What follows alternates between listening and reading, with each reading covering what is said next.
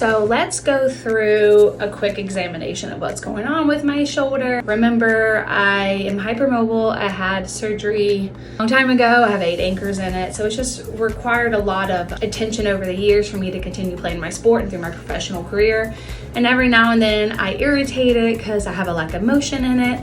We are going to see how inflamed it is. I've been swimming, which means a lot of overhead activity. So let's kind of go through a little exam of what's going on so you can kind of see where we're gonna be. So let's go through motion. So this is the hurt side. This one turns out. So watch, I'll show you the difference. So here's this side. A little bit different. So let's do side to side. Not too bad. And this side. It doesn't want to go up. All right, I'm feeling a lot of tension through here, a lot through here, so we'll make sure we treat that. Let's do this one. Get all like that. Let's go here.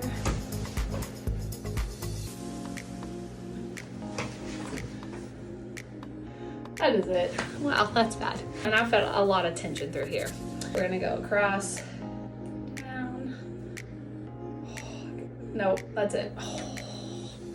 Yeah, that's a lot. That's weak. It's a lot of pain through here. Just go through straight motion. Yeah. So watch from the side. This one goes all the way back.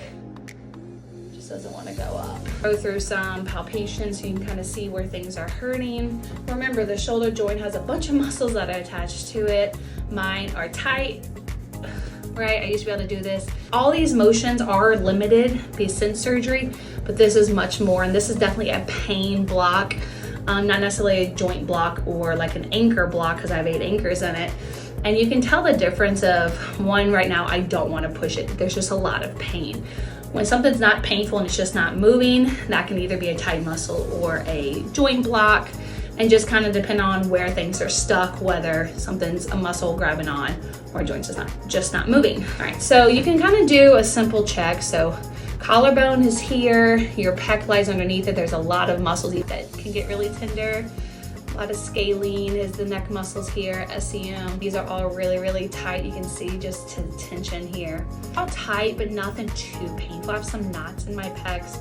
Nothing too bad, but you can kind of feel around usually. You can get all the way up into the armpit. That's pretty tender. The problem is when you get up to the front of this shoulder, you have the pec, you have the biceps, you have, there's bursa up in here. There's a lot of different connections here. So a lot of times you are gonna have sensitivity in the front of the shoulder. It just kind of depends where. Biceps a little tender. Let's see, so then you have your deltoid, anterior deltoid. My deltoid, especially right here, this little point right here, not happy with me. It's very, very tender. It feels different than another one. Also a really good needle point.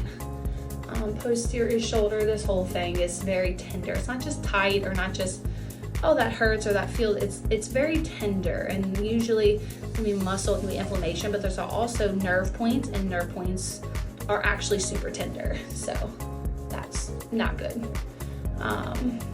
Trap.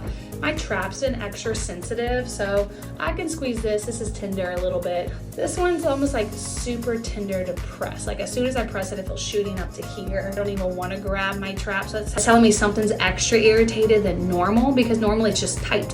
But why is it super tender? So that's something we have to figure out. Let's move into the neck. Oh, that whole right side of my neck. Left side's not too bad as far as from a tender standpoint. Right side, not good. That's probably why my trap is really irritated. And then supraspinatus, which is that top rotator cuff muscle. It's hard to palpate as much, but I can definitely tell where it's going. Right on that trap, like right on the top of the shoulder, it's not feeling good. And usually you can tell when the fact that yes, I have pain here, but I don't even want to do it. Like I can find myself going up and I stop. That's telling me that space it's inflamed, the muscle's irritated. I don't want to move it. So the same restrictions go. I'm not going to keep here and just keep jamming this shoulder to keep creating inflammation. So above 90 degrees on activity, out the question. We're not doing that right now. Let's see. Tricep, that spot right here, that's also a big nerve point, but tricep, deltoid, yeah, that's all very tender. Again, it's like point tenderness you can feel. Elbow nerves, a little sensitive. Let's compare it. Yeah, a lot more sensitive. The good thing about having problems in the arms or legs is you have a direct thing to correlate it to. This is tender. Is this the same tender? Rarely, if you had like an injury, is it bilateral, symmetrical? So you can kind of get an idea, okay, where should it be, or where's my typical tender point? Like this spot and right here is always tender, but when something's irritated, it's gonna be more tender. And it's right there, like right on the front here. That's a really good needle point. That's super tender, that sucks. All right. Radial nerve kind of runs through here. It feels bruised. It doesn't even look bruised, but it feels bruised. That whole nerve is hating me. Like I can do this and I'm fine. I feel nothing. I can even do this and I'm like, it feels like a bruise all through here. So sometimes when you're feeling around, it's not just muscle tension you're feeling for just point tenderness in some of these areas. So this is all going to be areas to treat. Obviously just my shoulder, just from a simple examination of myself, it's not happy. So we are going to treat that.